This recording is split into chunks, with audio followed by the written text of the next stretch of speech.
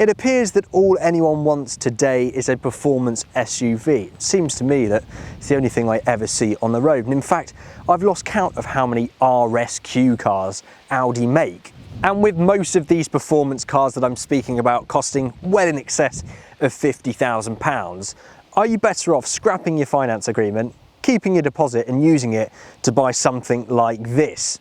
This is a 2013 L320 generation Range Rover Sport with the glorious Jaguar 5-litre V8 supercharged engine. See, this supercharged Range Rover Sport is on the market for just a smidgen under £11,000, and I guarantee you that it shares many of the accolades with its modern counterparts. If we're talking about Range Rover, actually, this is essentially the old school Range Rover Sport SVR. It wasn't made until the later generation that came after this. But if you want a Range Rover Sport SV, the latest and greatest thing they've come out with, you'd be spending about £200,000. And what does that have really that this doesn't? Well, in today's video, we're going to find out. So let me briefly just pause to say a big thank you to today's video sponsor, Tester Up. Now, when owning cars like this, my L322, or like the car in question in today's video, it's always important to have a little bit of extra pocket money coming in if possible. And that's where today's sponsor comes in. See, Tester Up is a mobile app where users can get paid to test other games or apps. All you need to do is sign up, pick an app that you want to test, and then complete very simple tasks such as playing the game or answering questions, and that's it. See, for example, I selected this app here, which is actually one that I've been playing and using for a while. I played it for a few minutes and then I was able to earn a little bit of money by sharing my feedback. The app's really intuitive and everything is super straightforward. Tester Up is completely free of charge and you can earn up to £80 per app that you test. You also have a 4.2 out of 5 Trustpilot rating with over 3 million users. So why not give it a try? Download Tester Up now. You can follow the link down in the description or scan this QR code on the screen right now. Be sure to let me know how you guys get on with it in the comments. But for now, thank you so much to Tester Up. Let's get back to the video. See, despite this car being 13 years old now and registering just over 90,000 miles on the clock, it still genuinely has that new car feel. Now, that might be testament to the fact that these things were actually built really well back in the day, despite many people loving to complain about JLR quality. But also, this is the top of the line, or certainly was at the time, and they threw everything at it. Everywhere you look, there's beautifully stitched leather. I can see plenty of little features in front of me, such as heated seats. We've got adaptive cruise control, electrically adjustable steering column, heated wheel, command shift paddles on the back here. And we've got a lovely mix of analog dials with a digital display in the middle. And of course, maybe the central infotainment system, which lets it down slightly as it appears to predate prehistoric dinosaur era.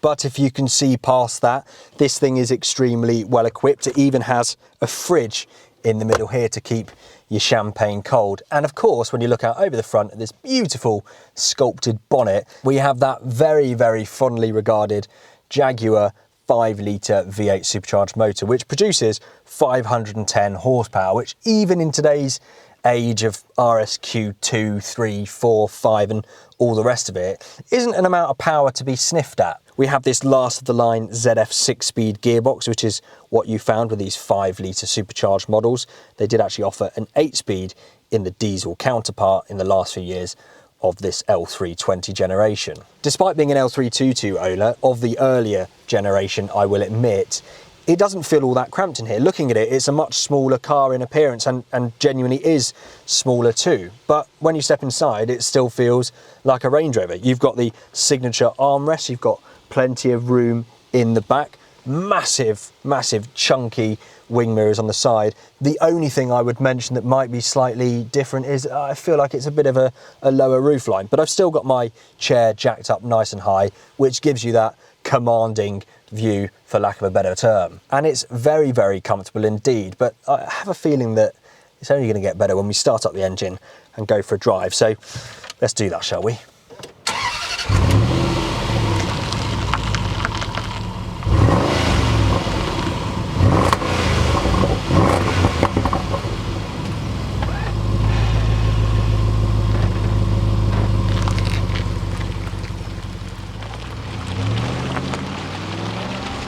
So So I'm pleased to say that this car immediately feels every bit as expensive as it should.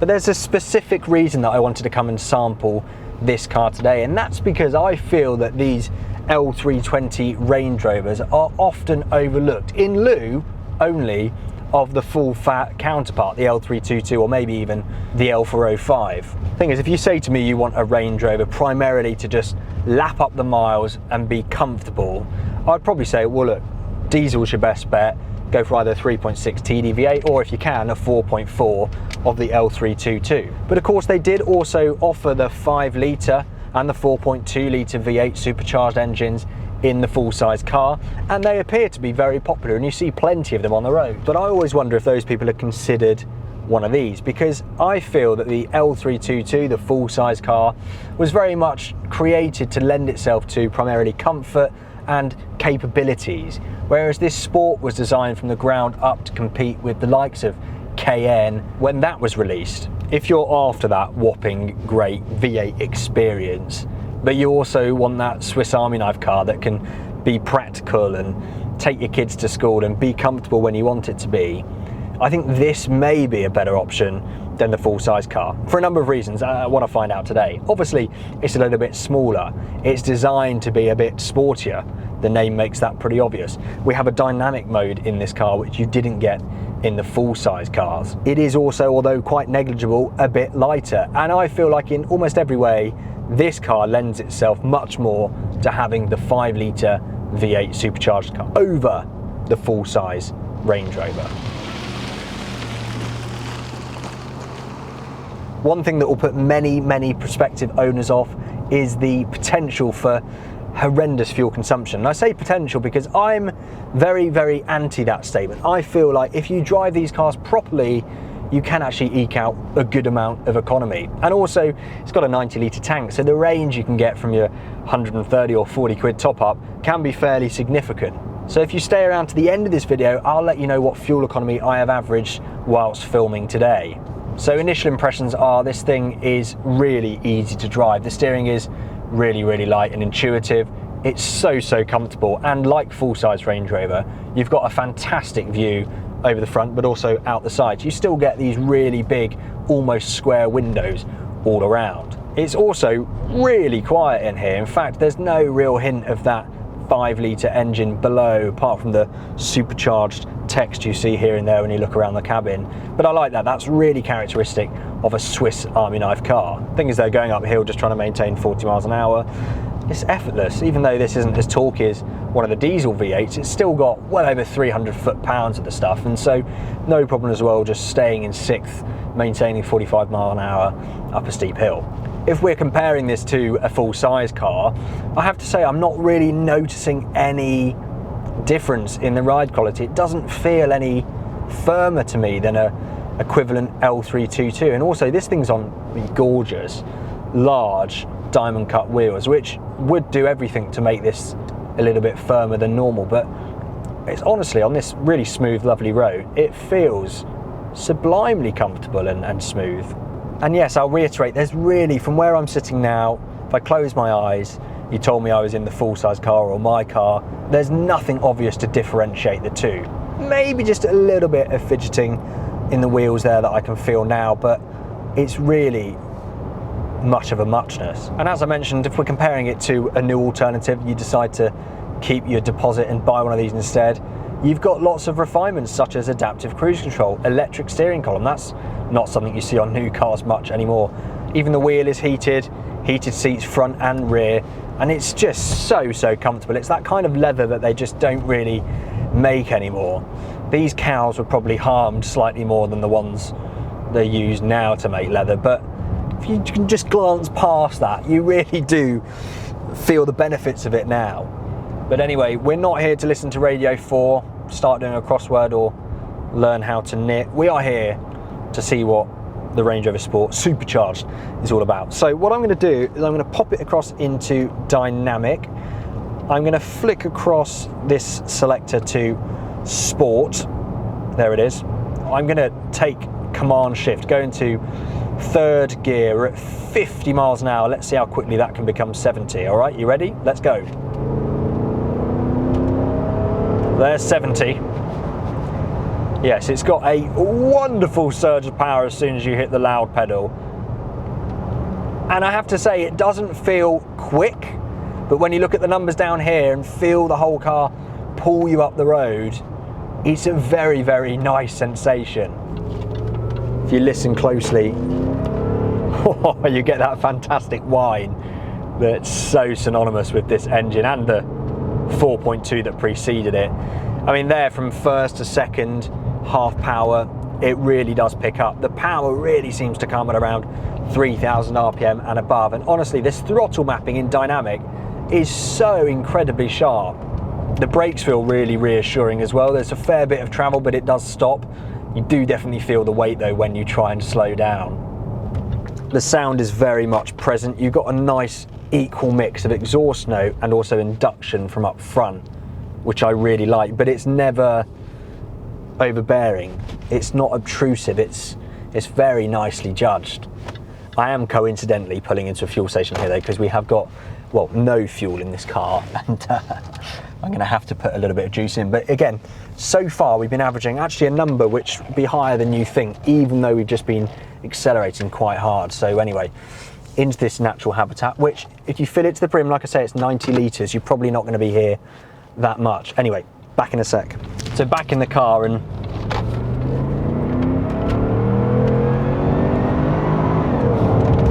wow.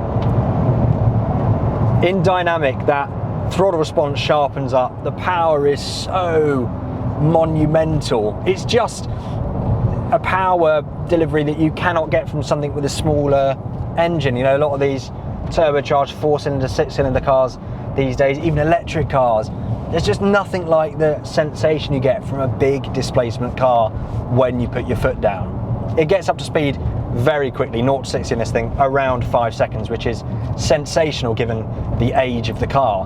What's more, that steering that's quite light and unoffensive becomes a bit weightier and more communicative when you go into dynamic, which is really nice. And what is most noticeable, certainly over the L322, is when you throw it into a corner.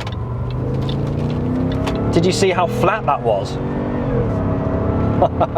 Actually, I don't think I'd get bored of that gorgeous supercharger whine. What I'm finding quite interesting, and I know it's not a comparison point really, but I spent a good amount of time with a SV autobiography of the later L405 generation, and I really didn't get on with it. It has a derivative of this engine, the P575, so actually a more powerful unit than in this one, but the throttle response on that just wasn't there, and also it just felt a bit lethargic, a bit cumbersome to get away, whereas this really doesn't have that. This almost feels naturally aspirated in the way that it responds to my inputs, and I think that is fantastic. There is absolutely a lot to like about this car, and I certainly wouldn't sniff at one over an L322. In fact, if you're insistent on having a 5 litre or even a 4.2 litre supercharged car, you could also get this with the naturally aspirated 4.4 as well. Very hard to find though. If you're insistent on a petrol model, I would really say to you, go and try one of these. That cornering in this is really quite impressive actually. Considering you still benefit from 90% of that luxurious, comfortable feel, the size, the safety of the full fat car, you get probably 200% more when it comes to performance, feel, handling, and the way that it manages to hug the road when you have it in dynamic and enter a roundabout or a corner with some purpose is really monumentally impressive. In fact, gearbox is really responsive and actually fun to use with these paddles. It's not often in a big SUV where you ever want to use the panels, but it responds really quickly to the shifts and is nice to play with. Let's pop it onto cruise control then and find a few critiques if I can. And there's not really much that I can moan about if I'm being totally honest with you. Okay, first and foremost, the infotainment obviously dates the car slightly. However, it is a newer system. It's actually pretty similar to what you would get in an L405. In fact, it is basically the system you get in the early L405s, despite being a outgoing generation car. The L322 system, no matter what year you get, even if it's an outgoing year, is the older system. But despite that, it does slightly date it, although it has all the functionality you're really going to want: Bluetooth control, touchscreen, things like that. And of course, you can have it retrofitted to Apple CarPlay. The bit in front of you, yeah, again, same sort of thing. It's a little bit prehistoric, but it has everything you need. And honestly, it's got to the point now where there's so much information and so much glass in these new cars that actually I quite like it. Just quickly on the screen as well, my main complaint actually is just the angle of it in the glaring sunlight. When you're like using the reversing camera or trying to do anything on here, it's actually really hard to see because of the way it's tilted away from you. I don't like that, and I think that would annoy me. I think Range Rover Sports as well do have a little bit of a reputation, potentially for the sort of people that buy them or the way they are treated, but you can find a really nicely looked after example, or one with a kind of interesting spec. I think you can totally get away with it, and I'm just saying that for the audience, for you guys really, because for me, I just buy the car that I want regardless of what other people think. I think the looks of the L320 will divide some people. I think they're getting a little bit better with age, even though I've always thought they're a bit fugly, to be honest. But I think these outgoing 2011, 12, 13 models do still look the part. I wouldn't say they look modern, but they're still sharp in a modern sort of way, and I think they're aging well. Definitely when the L405 and newer Range Rover Sport came out, I think they're a much more pleasant thing to look at. And again, those newer generation Range Rover Sports can be had pretty cheaply now, and I think are also quite overlooked. But I know the appearance of these will divide some. And of course, then there's general maintenance. How could we ever do a video on a Land Rover product without talking about maintenance? Well, the good news is actually these petrol engines, despite what people might have you believe, they're generally not bad. There's a couple of big hitters that can go on these cars and do go, but what car doesn't have some sort of issue that can occur? Of course, it's an air suspension car, so that might be a little bit of extra maintenance you have to consider down the line, whether it be a compressor, which I think this car's just had actually, or some airbags. Corrosion doesn't seem to be as much of an issue on these as it was on the L322s. I think the tax on these, unfortunately, fits into the highest bracket of all now, which is very close to £800 a year, which, if it's not a car you're using all the time, is quite a tough pill to swallow. It is a good chunk of money, especially when you're only spending 10 or 11 grand on the car. And then there's the fuel economy as well, which will put people off. But I want to reassure you, maybe I'm just crazy because all the cars I have and drive around really don't average all that much fuel. But everything I've just done, 20, 30 miles or so, done a little bit of ragging it around, a little bit of cruising like we are now, I've averaged 21.5 miles per gallon, which I know is going to be a completely unacceptable figure to a lot of you. And in fact, Heel and Toe Cars, who I've borrowed this from today, had this thing in stock a few months back, and the owner has already decided to sell it back to them because he just couldn't stomach the fuel bill. If you're really sensible and you go on a run, you can get 28, 29, maybe even 30 miles per gallon out of this thing. But yeah, if you're driving it as the good Lord intended, you're going to be, you know, in the high teens. So should you scrap the idea of financing something new, keep your deposit and just buy one of these? Well, if you're asking me, I'm always going to say yes. What is it you really want from that new car? Do you just want a new car? Well then, yeah, this isn't going to do it for you. But if you're buying a new car, a premium brand, because you want lots of power, you want prestige, you want lovely luxurious features inside, well, this is going to do that and more. Name me a 50 or 60,000 pound performance Audi that has a fridge. I'll wait. And for me as an L322 owner, this has been extremely interesting, but also very, very unhelpful, because as suspected, this is my first time driving an L320, as suspected, it's a car that I'm now very fond of, and I'll actually go as far as to say it's exceeded my already pretty high expectations. I'm always, as a Range Rover addict, in conflict with, should I keep my current early L322 and restore it and get it back to its best? Should I put that money in the bank and save up and buy a 4.4 TDV8? And now it's, should I actually just buy a Sport with the engine that every petrol head really wants, which is this, the 5-litre supercharged block? And having seen how good it is in this car, better even than in the later generation cars, with that throttle response and that sound, oh, I don't know now. But if you are interested in one of these, Heel and Toe Cars always have some interesting ones in stock. In fact, they do have a SD V6 diesel example in stock as well. This is on the market with them right now for £10,995, which honestly, you just cannot argue with that. That is an unbelievable car for the money. So if you've enjoyed this video, please do give it a thumbs up. Let me know below if you think I've completely lost the plot, or if you do see some merit in these Range Rover Sports. I think they're overlooked. But also, if you like the channel and you like the car, do me a favour and go over to Healing Tow Cars, visit their website or their Instagram in the link below, because they have got a plethora of interesting cars. Actually, so much interesting stuff to look at that I spat my coffee out earlier looking at the next car that I'm about to go and drive, hence these stains on my shirt. How embarrassing. Thank you all so much for watching. I hope you've enjoyed this video. I hope it's been of some interest and insight to you, and I look forward to seeing you in the next one very, very soon.